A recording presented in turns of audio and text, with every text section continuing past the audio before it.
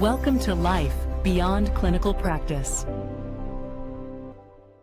Well, hello and welcome to another episode of the Life Beyond Clinical Practice podcast. I'm your host, Dr. Diane, and this month I'm starting actually a mini series, something I'm going to call the identity trap, because we're going to talk about something that's come up quite often in my reflections, in my writings, in my observations over the past few weeks and months.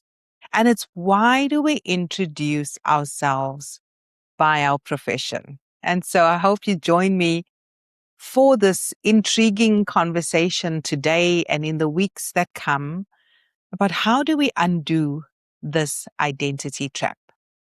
So what is the identity trap, and what if one of the most common questions we ask each other is quietly shaping the limits of our professional lives? Well, that's exactly what we're going to get into. So I want to begin today with a simple scenario. Imagine you're at a conference, a networking event, or even a family gathering. Someone you've never met before smiles at you, reaches out their hand and says, "Hi, tell me a little bit about yourself." How do most of us respond to that question? Honestly, particularly in professional settings.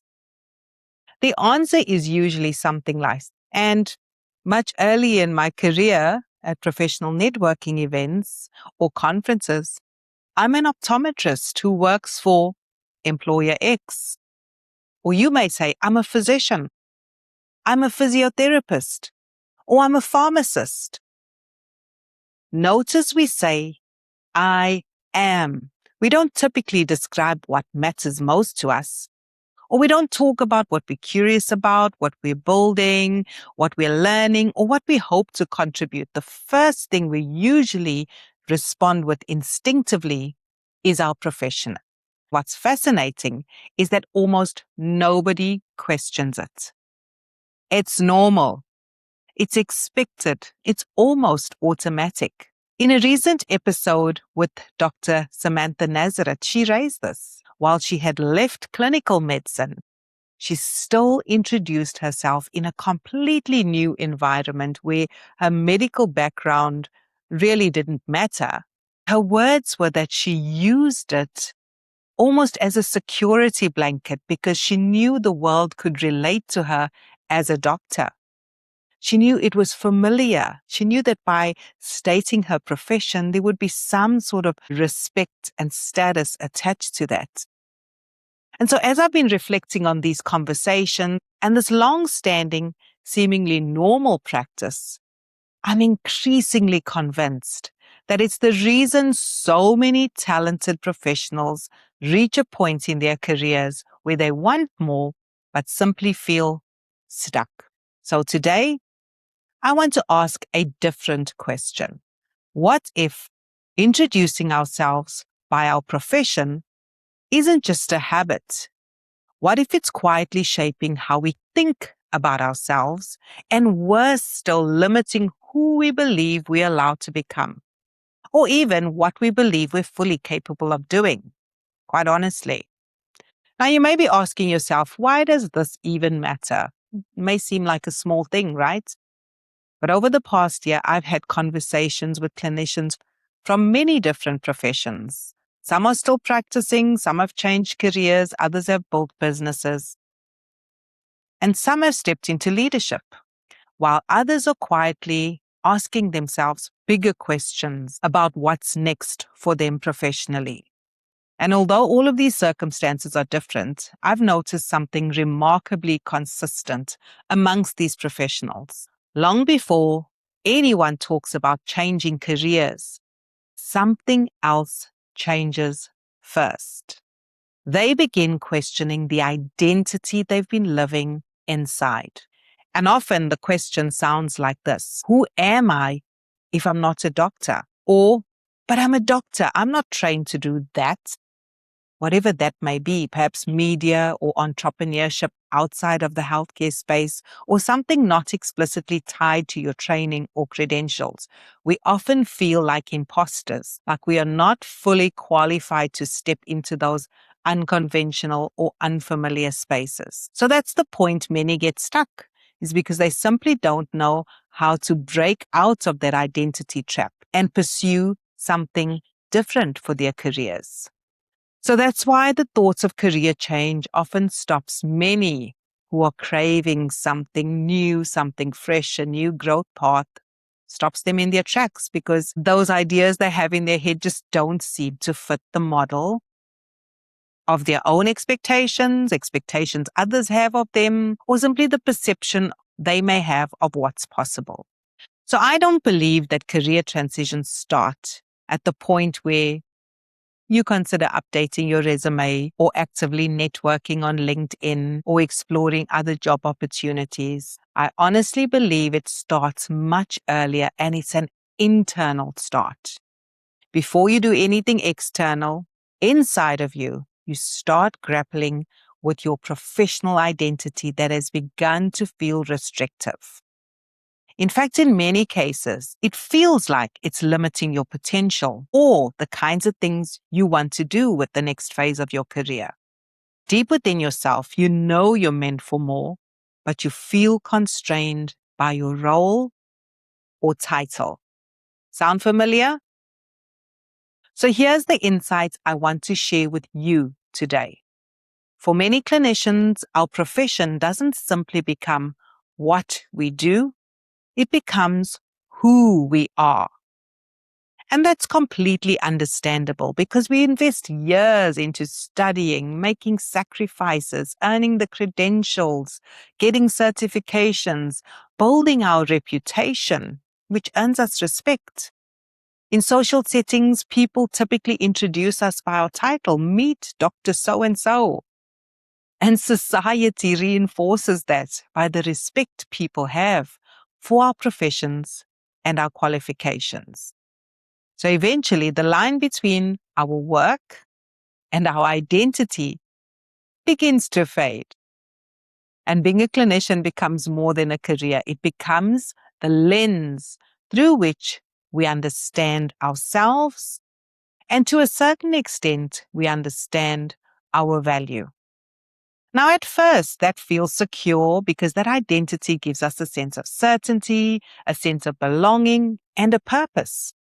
But eventually, at least for the majority of clinicians I know, something interesting starts to happen, usually around the mid-career mark, 5 to 10 years, sometimes even sooner. You continue to grow as a person, but your job doesn't grow alongside you. Your interest expands, your strengths are enhanced, you become curious about new things, or perhaps start feeling really passionately about emerging issues in your professional environment.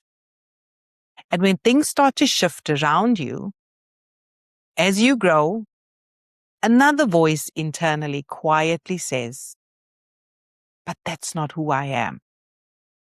So it shuts down your curiosity or thoughts of what if. Or perhaps more accurately, the voice in your head tells you that's not who I'm allowed to become because of the societal norms and the professional identity models and constructs you have, even in your own head. So notice that this isn't about your ability at all. It's simply about identity. When we believe our profession defines us, every new possibility can feel like stepping outside of ourselves. Not because it's wrong, but because it no longer fits the identity we've constructed, with the help of society, of course. And there are so many reasons for that. And those reasons shape our own expectations of who we are and what we can become. So after observing these patterns over and over, I've come to believe that many professionals who reach this point of recognizing that they want something different for their careers don't struggle because of a lack of growth-focused opportunities or a lack of potential. They struggle because their identity hasn't expanded enough to make those opportunities they've become curious about feel legitimate. And that's a very different problem, which requires a very different solution. So what does this mean for you? If you've been listening in on today's conversation and it resonates with how you've been feeling, perhaps feeling trapped, feeling stuck, wanting something more, not knowing what that something more can look like given your professional qualifications, your title, your roles, the last thing I want for you is to immediately assume that you need a new job or a new career. Because outgrowing your profession doesn't mean you want out of it. It simply means you need new avenues of expressing your value so that you can grow and expand in ways that feel meaningful to you.